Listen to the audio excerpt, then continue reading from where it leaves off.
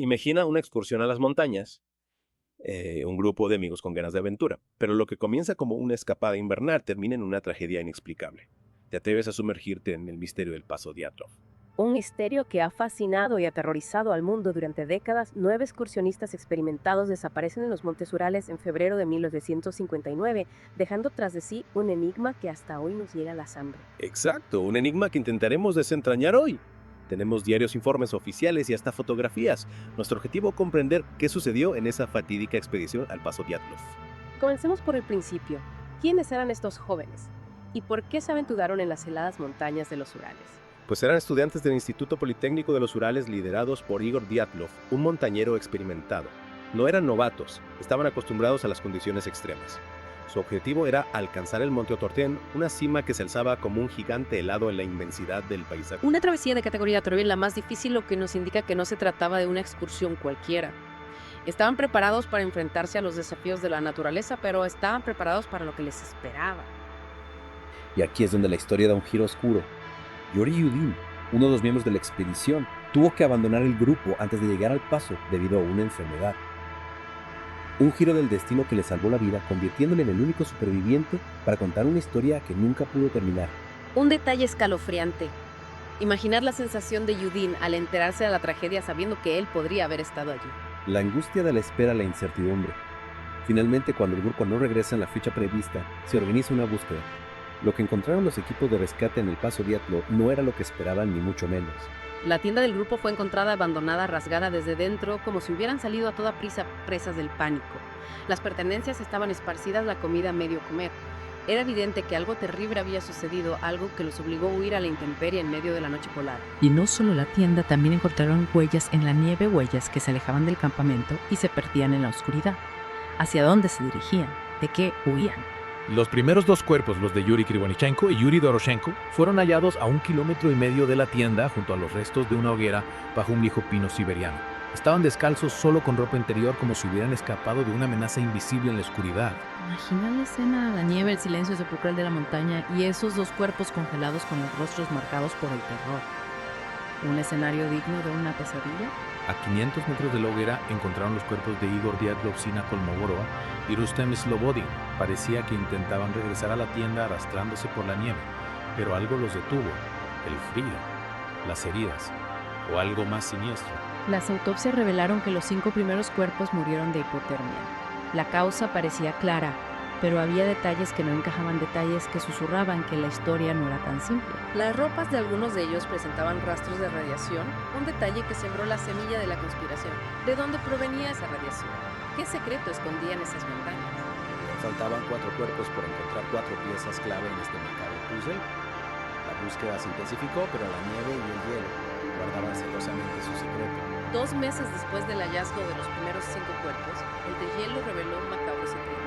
A 75 metros de aquel pino siberiano, bajo 4 metros de nieve, encontraron los cuerpos de los 4 excursionistas restantes. Un descubrimiento que no hizo más que aumentar el misterio, porque las lesiones que presentaban estos cuerpos eran diferentes, mucho más grandes. Lyudmila Dubinina y Semyon Solotarev tenían fracturas costales múltiples tan severas que solo podrían haberse producido por un impacto de una fuerza descomunal. Una fuerza descomunal. Pero ¿qué tipo de fuerza podría causar tales daños en medio de la nada? Esa es la pregunta que ha atormentado a los investigadores durante décadas. Nikolai Thibault-Brignot presentaba un traumatismo cráneoencefálico severo, como si hubiera recibido un golpe violento. Y lo más perturbador, a Lyudmila Dubinina le faltaba la lengua y parte de los labios. Un detalle escalofriante que alimenta las teorías más oscuras. ¿Qué pudo causar tales lesiones? ¿Un animal salvaje? ¿Algún tipo de arma desconocido?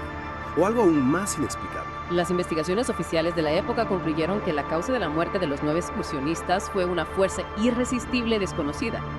Una conclusión vaga que, en lugar de cerrar el caso, abrió la puerta a un sinfín de especulaciones. Avalanchas, ataques de animales, pruebas militares secretas, infrasonidos, criaturas míticas como el Yeti. Incluso se ha especulado con la intervención extraterrestre. Cada teoría intenta encajar las piezas de este rompecabezas, pero ninguna lo consigue por completo. Analicemos algunas de estas hipótesis. La teoría de la avalancha fue una de las primeras en barajarse, pero la ubicación de la tienda y la ausencia de otros indicios descartan esta posibilidad. Además, la fuerza requerida para causar las lesiones de Dubinina y Solotarev tendría que haber sido descomunal, mucho mayor que la de una avalancha típica. Entonces, si descartamos la avalancha que nos queda, los ataques de animales, aunque posibles en esa región, no explican la ausencia de marcas de lucha o la forma en que se rasgó la tienda desde dentro. Cierto. La posibilidad de un ataque animal no puede explicar la complejidad del caso. Quedan por lo tanto las teorías más controvertidas, las que se adentran en el terreno de lo desconocido. Hablemos de los infrasonidos, esas ondas sonoras de baja frecuencia que el oído humano no percibe, pero que pueden provocar efectos psicológicos y fisiológicos. Se ha teorizado que los infrasonidos generados por fenómenos meteorológicos extremos podrían haber inducido en los excursionistas un estado de pánico, ansiedad y terror, llevándolos a actuar de forma irracional como huir de la tienda sin ropa adecuada en medio de la noche. Una teoría que podría explicar la huida desesperada, pero podría también explicar las terribles lesiones. Es difícil de determinar con certeza. Algunos expertos argumentan que los infrasonidos de alta intensidad podrían causar daños internos, incluso la muerte. Pero ¿y la radiación encontrada en la ropa? ¿De dónde provenía? Este detalle ha alimentado las teorías de conspiración que apuntan a la posibilidad de pruebas militares secretas en la zona. Se sabe que la Unión Soviética realizaba pruebas con armas nucleares en la década de 1950 y algunos creen que los excursionistas podrían haber sido expuestos accidentalmente a radiación. Una teoría que, aunque no se ha podido confirmar, añade una capa de misterio al caso. Si realmente fueron víctimas de una prueba militar, ¿por qué las autoridades soviéticas ocultaron la verdad? ¿Qué secreto estaban protegiendo? Y no olvidemos las leyendas locales, las historias que hablan de criaturas extrañas que habitan en las montañas, seres que acechan en la oscuridad. El Yeti, esa figura mítica que ha poblado las pesadillas de generaciones, podría ser responsable de la tragedia del Paso Dyatlov. La falta de pruebas concretas alimenta la imaginación. Hay quien piensa que los excursionistas fueron víctimas de una criatura desconocida, un depredador ancestral que protege celosamente su territorio. Una teoría que, aunque fascinante, se basa en especulaciones y no en evidencias tangibles. El misterio del Paso Dyatlov es como un laberinto, con un sinfín de caminos, cada uno más oscuro e inquietante que el anterior. Hemos explorado las teorías más plausibles, pero aún quedan sombras, secretos que se resisten a ser revelados. Exacto, cada pista parece llevar a un nuevo enigma, cada respuesta genera más preguntas. Y en el corazón de este laberinto encontramos un elemento que nos perturba, especialmente la falta de lengua de Lyudmila Dubina. Una mutilación que nos lleva a las fronteras de lo imaginable. Un acto de violencia humana. Un ritual macabro. O la marca de algo que no podemos comprender. Las autoridades soviéticas nunca pudieron explicar satisfactoriamente esta mutilación.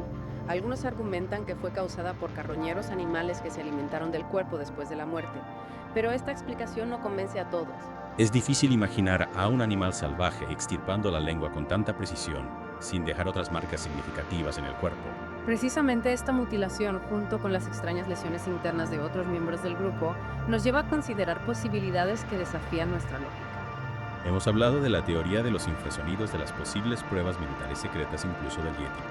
Pero hay otra hipótesis aún más inquietante que se susurra en los círculos de lo paranormal. La posibilidad de que los excursionistas del Paso Dyatlov se encontraran con algo que no pertenece a nuestro mundo, algo que no podemos explicar con nuestras leyes de la física o la biología. Algo que habita en la frontera de la realidad, en esa zona oscura donde la razón se desvanece y el miedo toma el control. Hay quienes creen que los montes Urales son un portal a otras dimensiones, un lugar donde las barreras entre lo real y lo irreal se diluyen. Imaginemos por un instante que los excursionistas en su búsqueda de aventura cruzaron sin